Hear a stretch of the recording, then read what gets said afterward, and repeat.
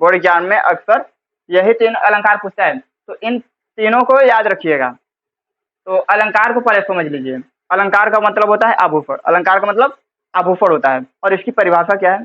जिस प्रकार से स्त्री की शोभा आभूषणों से होती है, उसी प्रकार से काव्यों की शोभा अलंकारों से होती है। इसकी परिभाषा है। और उसके बाद अलंकार 2 प्रकार के होते हैं। अलंकार 2 प्रकार के होते हैं, एक होता है शब्दालंकार और एक होता है अर्थालंकार। जब शब्दों में चमत्कार पाया जाता है तो वहां पर शब्दालंकार होता है, ठीक। और जब अर्थों में चमत्कार पाया जाता है तो वहां पर अर्थालंकार होता है। अर्थालंकार में ही आपको 3 पढ़ना पड़ता है, जिसमें से उपमा होता है, रूपक होता है, उत्प्रेक्षा होता है। उपमा अलंकार का परिभाषा समझिए।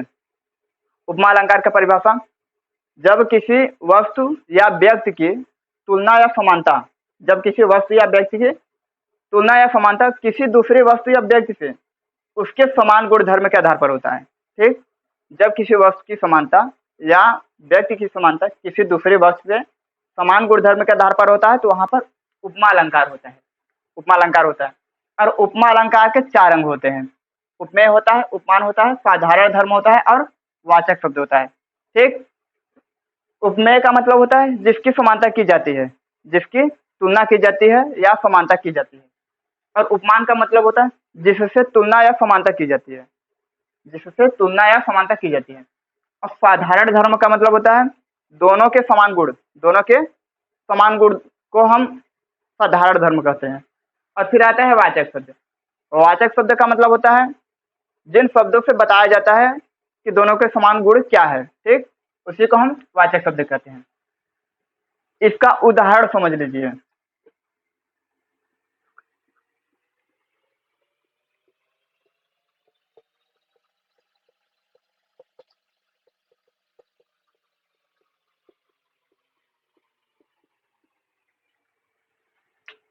उपमा अलंकार का उदाहरण, उसका मुख चंद्रमा के समान सुंदर है। इसमें मुख क्या है? उपमेय है।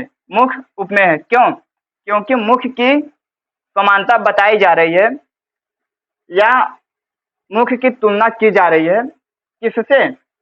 चंद्रमा से। किससे?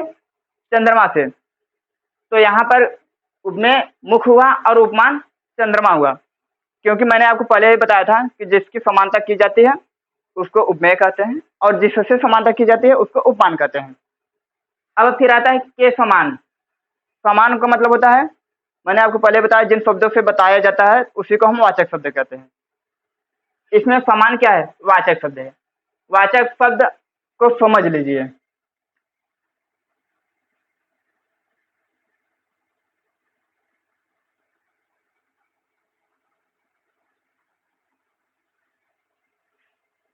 वाचक शब्द इसके सा से समान ये सभी क्या है? वाचक शब्द है।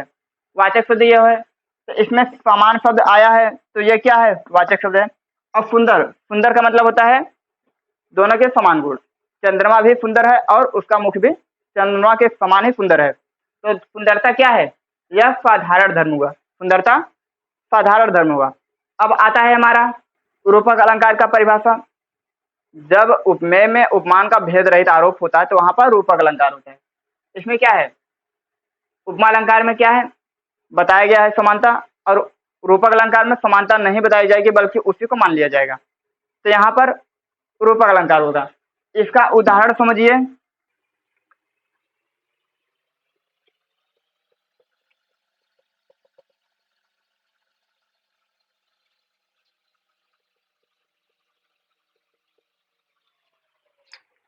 रूपक अलंकार का उदाहरण, चरण कमल बंदो हरिराई।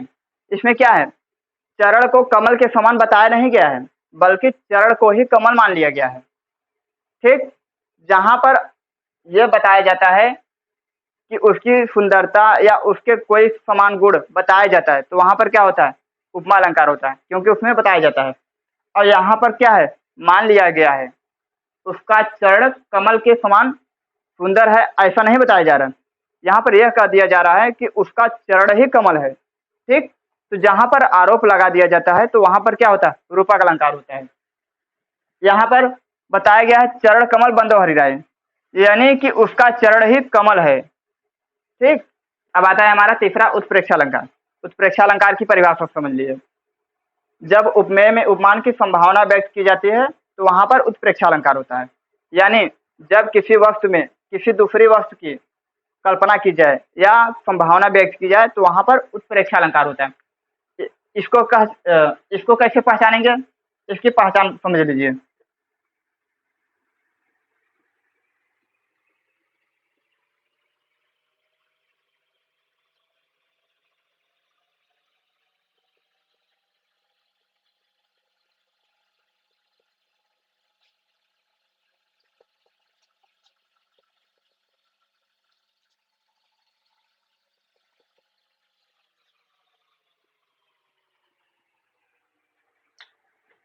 उत्प्रेक्षा अलंकार की पहचान क्या है? जनु मनु जनहु मनहु जनौ मनौ आदि ये सभी क्या है? उत्प्रेक्षा अलंकार का पहचान है। यानी कि ये शब्द जिन पंक्ति में आ जाता है तो वहां पर क्या होता है? उत्प्रेक्षा अलंकार होता है। यहाँ पर इसका उदाहरण समझ लीजिए।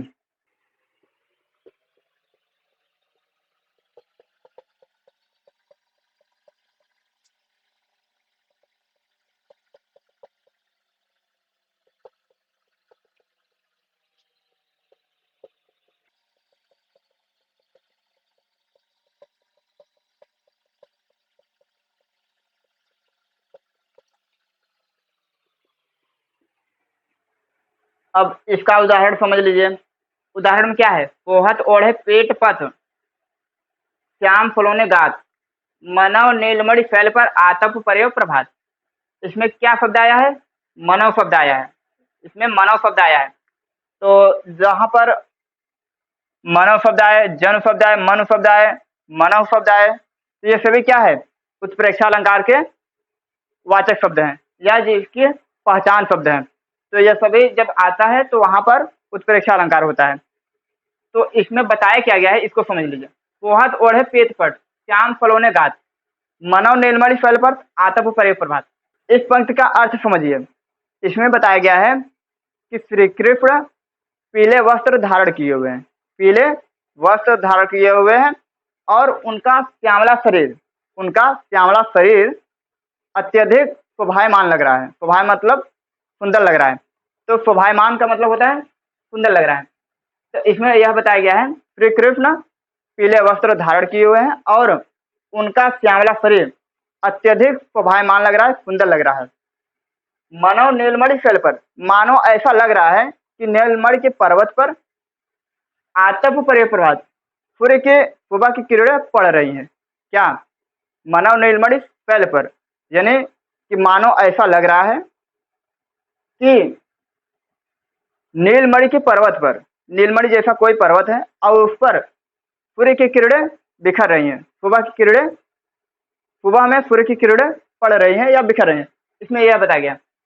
आपको पता है कि नीलमणि जैसा कोई पर्वत नहीं होता। तो यहाँ पर क्या है? संभावना व्यक्त की जा रही है कि मानो ऐसा लग रहा है कि नीलमणि के कोई पर्वत है, वहां पर सूर्य की किरणें पड़ रही हैं।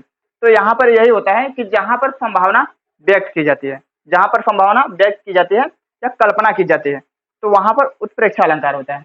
इसका पहचान जनु मनु जनहु मनहु जनौ मनौ ये सभी क्या है?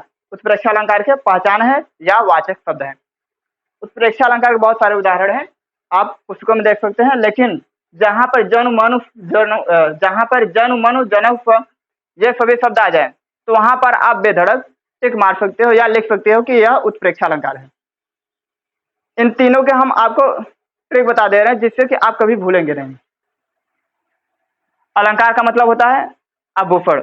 अलंकार का मतलब आभूषण। और इसकी परिभाषा जिस प्रकार से स्त्री की शोभा आभूषणों से होती है, उसी प्रकार से काव्य की शोभा अलंकारों से होती है। अलंकार दो प्रकार का होता है, शब्दालंकार, अर्थालंकार। अर्थालंकार में आपको 3 पढ़ना पड़ता है। अर्थालंकार में आपको हाई स्कूल में 3 पढ़ना पड़ता है। उपमा, रूपक, उत्प्रेक्षा। उपमा अलंकार का मतलब होता है जब किसी वस्तु की समानता किसी दूसरी वस्तु से समान गुणधर्म के आधार पर हो, तो वहां पर उपमा अलंकार। रूपक अलंकार जब उपमेय में उपमान का भेद रहित आरोप होता है तो वहां पर रूपक अलंकार होता है। उत्प्रेक्षा अलंकार जब किसी वस्तु में किसी दूसरी वस्तु की संभावना या कल्पना की जाए तो वहां पर उत्प्रेक्षा अलंकार होता है। इन तीनों को शॉर्ट में समझ लीजिए। ठीक, इसका उदाहरण है, उपमा अलंकार का उदाहरण है, उसका मुख चंद्रमा के समान सुंदर है। इसमें क्या बताई गई है? किसी वस्तु की समानता दूसरी वस्तु से की गई है। तो रूपक अलंकार में क्या होता है? इसमें आरोप लगा दिया जाता है कि वही चीज है जैसे चरण कमल बंदोहरी राय, इसमें क्या है, चरण को कमल ही मान लिया गया है, तो यहाँ पर आरोप लगा दिया गया कि चरण ही कमल है। ठीक, और फिर आता है उत्प्रेक्षालंकार। यहाँ पर है सोहत ओढ़े पेट पर श्याम फलों ने गात, मानव नीलमणि फैले पर आतप परे प्रभात। तो जहाँ पर किसी वस्तु या व्यक्ति की संभावना या कल्पना की जाती है तो वहाँ पर उत्प्रेक्षा अलंकार होता है। तो मैंने आपको पार्ट में तीनों बता दिया, उपमा, रूपक, उत्प्रेक्षा, और मैंने अलंकार के बारे में भी बता दिया और शब्दालंकार अर्थालंकार के भी बारे में बता दिया। और इनमें से अगर कोई भी अगर आपको डाउट हो तो आप पूछ सकते हैं।